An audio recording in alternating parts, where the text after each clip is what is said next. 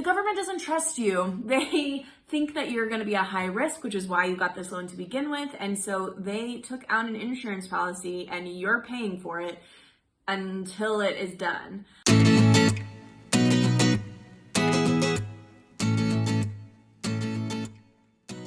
What's up, everybody, and welcome back to my channel. My name is Jessica Dorsey and I'm a real estate agent in Colorado.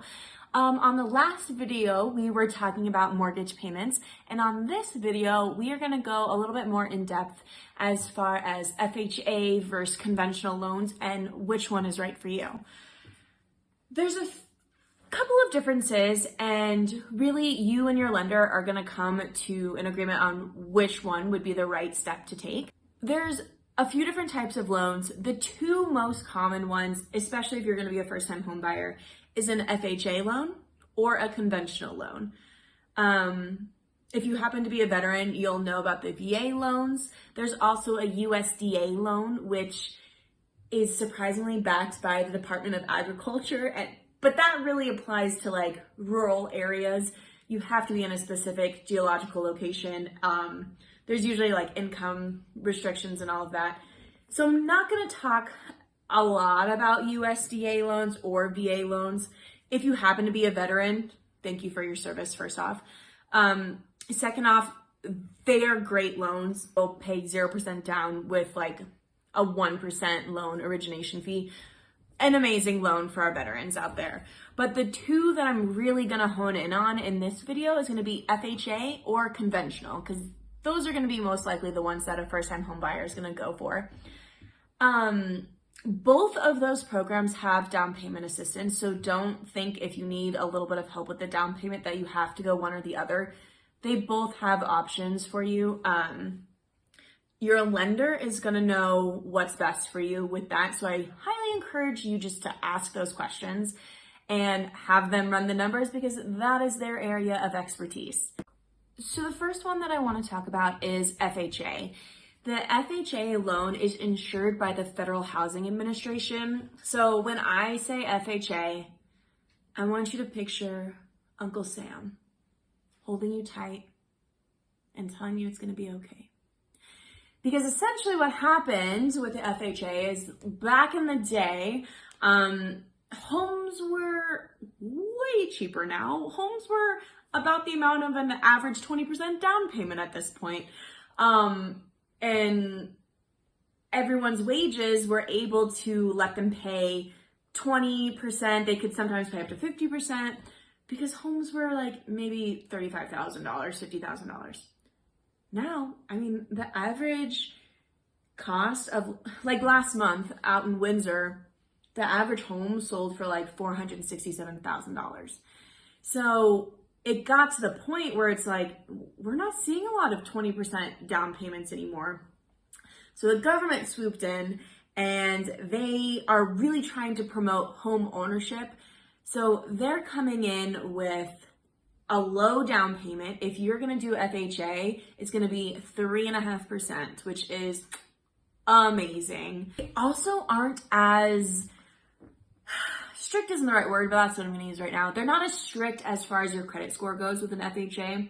It's kind of designed for a lower credit score, a lower income, to give the everyday man or woman an opportunity to be a homeowner. So I've heard of people buying with as low as a 580 credit score. Usually you want it to get it to 6. Even 620, but then we're kind of getting into the realm of like conventional at that point, because the thing with FHA is there's not really any credit score incentives. If you're in like Flynn with them. It doesn't matter if you're 800 or 580, you're going to get the same interest rate. It doesn't help you to put more than 3.5% down, because again, there's no incentives with that. It's not going to lower your interest rate. So if you're in at 580 and you've got the 3.5%, FHA is a great way to start. The thing with having a 3.5% down payment is that the FHA is going to require that you have mortgage insurance. And it's going to be kind of high. I say kind of high. It's relatively high. It will depend on what state you're in. It'll depend on what investor you go, or investor, It will depend on what lender you go with. But it's not going to be like $20, but it's also not going to be $500 a month for your insurance. The bummer part of an FHA mortgage insurance is that you can't pay this off. You're going to be paying your mortgage insurance until that loan is fully paid off because the government doesn't trust you. They think that you're going to be a high risk, which is why you got this loan to begin with. And so they took out an insurance policy and you're paying for it until it is done. Whereas with conventional, you reach that 80% value on your loan and you can pay that off. The government does not care. You are going to be paying that insurance forever. So essentially the banks are going to take out this insurance on you in case you just stop paying your mortgage and you go into foreclosure. A HUD home is when an FHA home has gone into foreclosure and now HUD, which is the Housing of Urban Development, owns the house now. Yeah, so the mortgage insurance does not help you at all. It kind of sucks. But that's the way the cookie crumbles. You only paid 3.5% down though, so that's pretty good. The thing with FHA loans, okay, so you're gonna pay a kind of high mortgage insurance, but the interest rate, chef's kiss, is gonna be awesome. It's gonna be low. So there's trade-offs with the mortgage, with the mortgage insurance and the interest rate. But it's still, even though you're paying a little bit higher in mortgage insurance, going FHA may still ultimately be a lower payment than going conventional. So I do think FHA loans, even in this market, and I'll explain in a second, are still a solid loan for first-time home buyers. Especially since, like I said in the video prior, your first home is most likely not going to be your forever home. So it's kind of a more short-term thing. So having the FHA loan can help you get in there and start earning your equity, get your home ownership life going, and it's still a solid choice. Right now, it is a little bit harder to get FHA loans on an offer accepted. And this is because sellers view FHA loans as being more risky to them as not going to the closing table. So if somebody comes in with all cash, which cash is king, people, if somebody is buying a house with all cash, you're not going to win.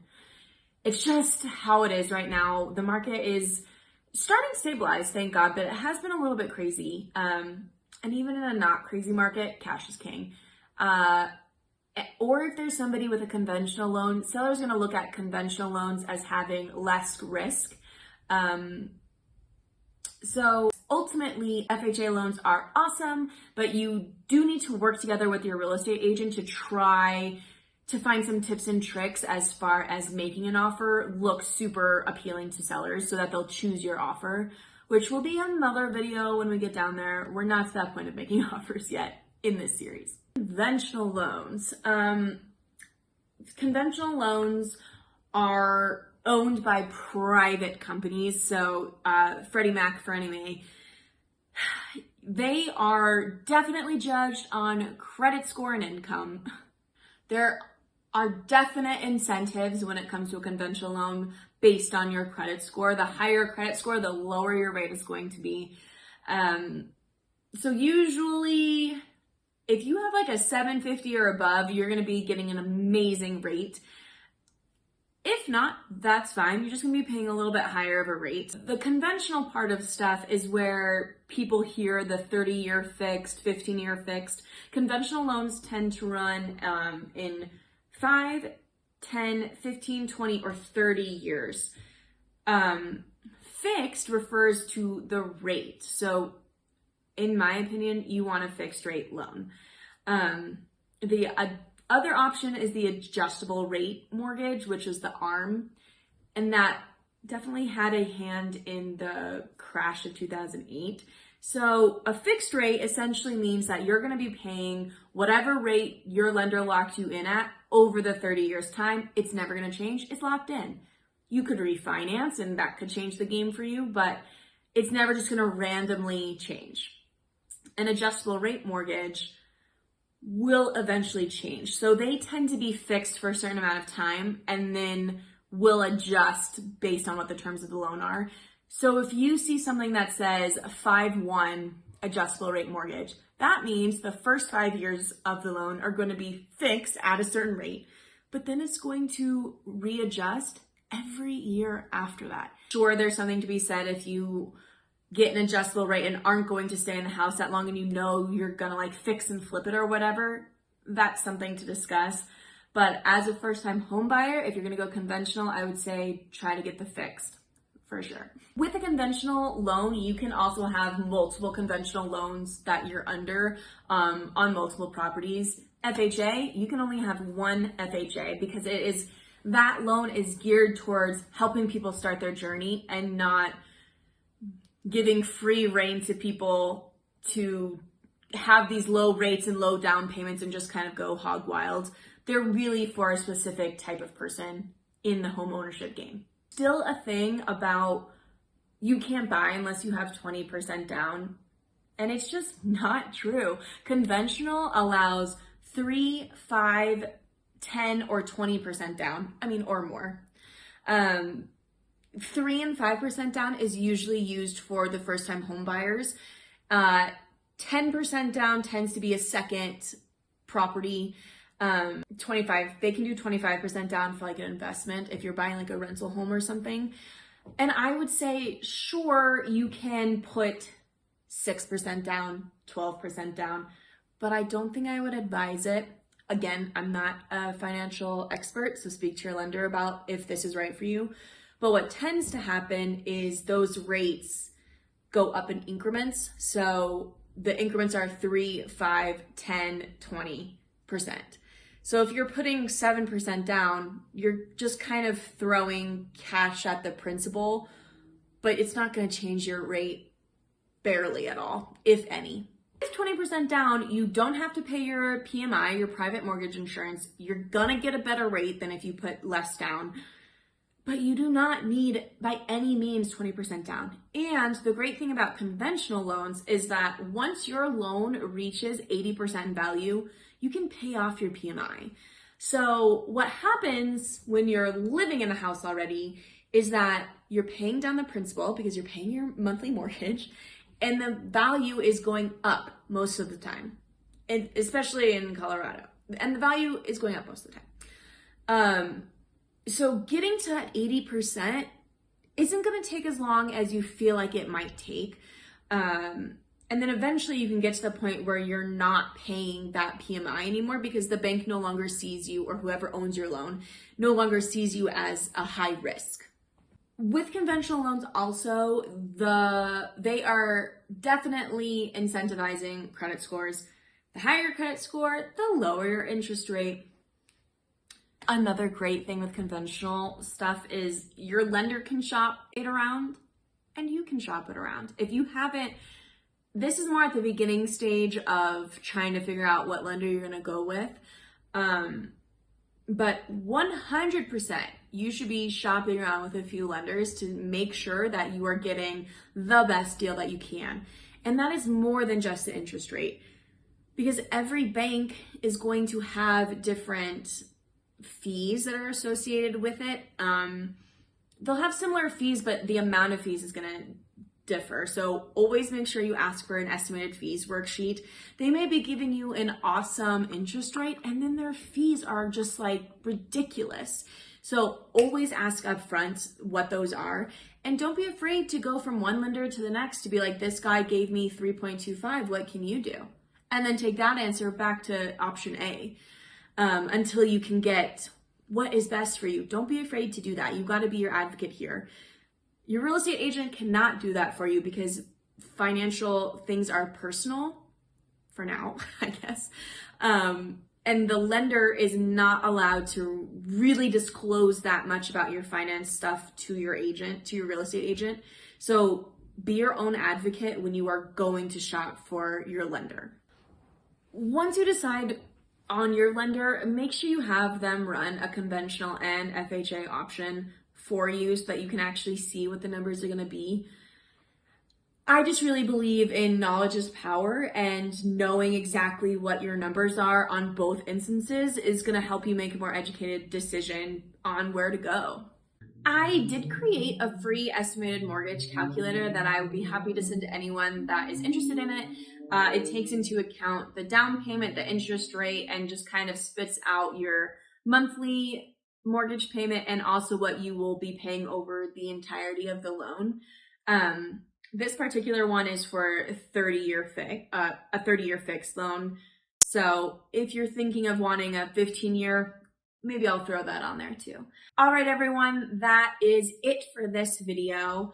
I didn't really talk about the VA or the USDA or the jumbo loans because they're just not what a first-time home buyer is most likely going to go in for, unless you happen to be a veteran, and I can help you out with that. But yeah, I hope you enjoyed this video and found it helpful. Please like and subscribe. If you have any questions, please email me at homeagain@jessicadorsey.com or comment down below. And next week, I think we are going to be talking about what it looks like to actually start looking for a home. What are the steps as far as that? When do you start looking for a real estate agent? Because we've kind of done all that we can do as far as finance stuff from my perspective, not being a financial expert. So yeah, I'll see you guys next week.